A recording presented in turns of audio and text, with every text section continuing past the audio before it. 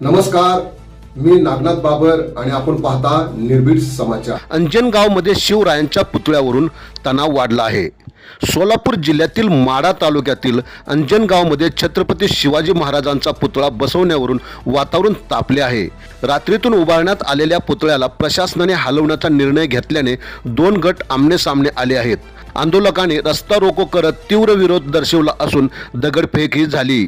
परिस्थिती नियंत्रणात आणण्यासाठी पोलिसांना लाठीमार करावा लागला। सध्या गावात तणाव कायम असून मोठा पोलीस बंदोबस्त तैनात करण्यात आला आहे। पहा यावेळी लक्ष्मण हाके, मनोज जरांगे पाटील आणि आमदार अभिजित पाटील काय म्हणाले। तुम्हाला रात्री अपरात्री लपून छपून का पुतळा बसवताय तुम्ही? आमच्या लोकांच्या मनात दहशत निर्माण करताय का तुम्ही? बर पुतळा बसवलाय, इथं लाखोने जनसमुदाय या यात्रेला येतो। आमचा भोळा बाबळा धनगर समाज इथं मोठ्या संख्येने मोठ्या श्रद्धेने येतो। मग धनगर समाजाच्या मनामध्ये दहशत निर्माण करायची आहे का? कोण तो आवारे नावाचा माणूस, त्याचं नाव घेण्या एवढाही तो मोठा नाही। त्याला माझं सांगणं आहे, हा येडा धनगर आहे। या धनगराच्या जर नादाला लागला तर तुमचं काय हाल होईल याचं एकदा तुमच्या ज्येष्ठ मंडळींकडून सल्ला घेऊन आमच्या नादाला लागा।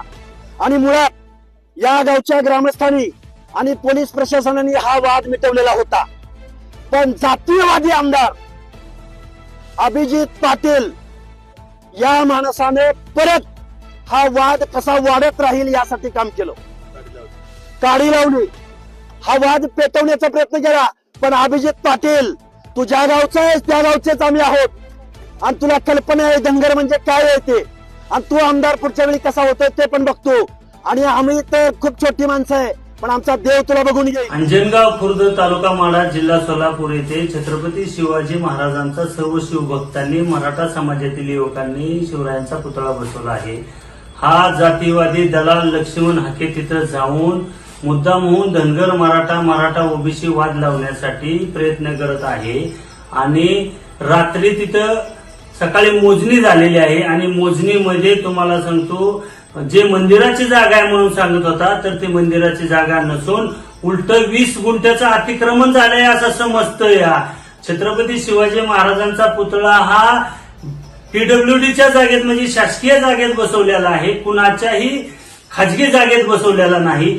तरी पण मुद्दामहून जातीय तेढ निर्माण करण्यासाठी, या महाराष्ट्रात जातीय दंगल घडवण्यासाठी, धनगर समाज व मराठा समाजाची दंगल व्हावी हे असा प्रयत्न करत आहे हा लक्ष्मण हाके। या लक्ष्मण हाक्यापासून सोलापूर जिल्ह्यातील तमाम धनगर बांधवांना माझी विनंती आहे की हा जातीय सलोखा बिघडवण्यासाठी धनगर मराठा समाजाचा वाद लावत आहे, याच्यापासून सावध राहावा। कसं आहे की हाके सरांना चुकीची माहिती कोणीतरी दिली आहे। काल प्रत्यक्ष त्या ठिकाणी अधिकारी आले होते आणि SP साहेबांनी या ज्या गोष्टीवरती त्या ठिकाणी तोडगा काढलाय, SP साहेबांच्या मार्गदर्शनाखाली त्या ठिकाणी मोजणी करणे आणि त्यानंतरच्या ज्या काही चर्चा झाल्या ते ज्या SP साहेबांबरोबर ठरल्या त्याप्रमाणे ते प्रशासन करतंय। फक्त काय की माझा मतदारसंघ आहे, दोन्ही समाजाला एकत्र आणणे आणि सर्वांना समन्वयाची भूमिका घेणे, या बाबतीत माझी भूमिका आहे। वाद टाळला पाहिजे आणि एकोपा राहायला पाहिजे। पण मी रात्री सरांना देखील भेटून आलो, तिथल्या महाराज लोकांना भेटलो, दोन्ही लोकांबरोबर बसतोय। काल जवळपास मी सकाळी 9 पासून रात्री 12 पर्यंत होतो, आता अजून त्या ठिकाणी पोहोचतोय। त्यामुळं ह्याबाबत गैरसमज करून कुणाबद्दलही त्या ठिकाणी आणि अशा पद्धतीची कुठली कोणाचीच भावना नाही। मुळात ती 45 गुंठे जागा आहे आणि ते लाटणी वगैरे अशा काहीतरी स्टंटचे बोलू नये अशी माझी आपल्या निमित्ताने विनंती आहे की ज्यामुळे तिथलं वातावरण खराब होणार नाही। आणि आम्हाला त्याबाबत नितांत आदर आहे।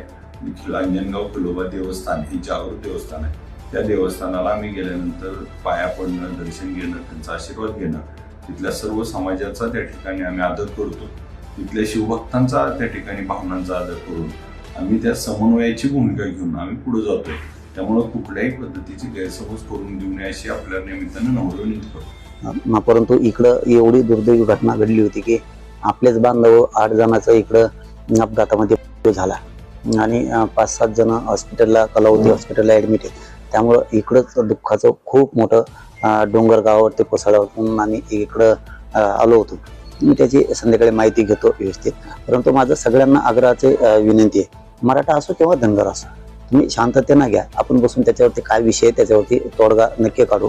कारण आपण मराठा समाजाने, धनगर समाजाने आपल्याला कोणी तोडण्याचा प्रयत्न करतंय का, असं काही डाव असू शकतो का या माध्यमातून, याच्यावर सुद्धा भारतानं लक्ष ठेवलं पाहिजे. मग तो विषय कुठलाही असो, तो भूमचा असो किंवा तो आपल्या कळमचा असो किंवा कुठलाही असो.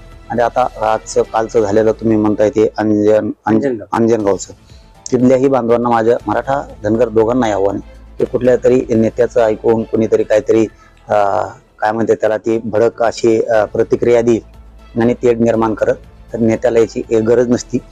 ते हमेशाच इकडं तिकडं पळत असते, बोंबलं तर त्याला ती सवयच असते नाशक्यापणाची. इकडं जाय, तिकडं उलशी खाय, इकडं उलशी खाय, त्याला ती सवय असते. धनगर बांधवांनी, मराठा बांधवांनी समजून घ्या आणि शांतता ठेवा दोघांनीही. आपण त्याच्यात काय विषय ते बसून शांततेत त्याचा तोडगा नक्की काढू. मी आज संध्याकाळी त्याची पूर्ण माहिती घेतोय, विषय काय, शांततेत तोडगा निघल. धनगर बांधवांनी विश्वास ठेवा आणि मराठ्यांनी विश्वास ठेवा.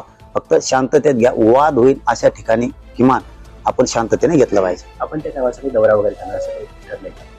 नाही, तसं ठरलं नाहीये, परंतु मी आज संध्याकाळी पूर्ण माहिती घेतो त्याची, की काय काय घडलंय काय. मी सकाळी माहिती घेणार होतो, परंतु अचानक ही फोन आल्यामुळं मग इकडं अंत्यसंस्काराला यायला लागलं. मी आज संध्याकाळी पूर्ण माहिती घेतो. पण माझं हात जोडून आव्हान आहे धनगरांना पण, मराठ्यांना पण, दलित मुस्लिमांना पण, शांततेत राहावा. आपण बसून बोलून घेऊन तोडगा काढून व्यवस्थित सगळं पार पाडूयात. कुणीतरी येईल, एखादी बजबजपुरी वळवळ करून माघारी जाईन पुन्हा आणि विनाकारण वादंग निर्माण करत सामान्य मराठ्यांनी, सामान्य धनगरांनी समजून घ्या.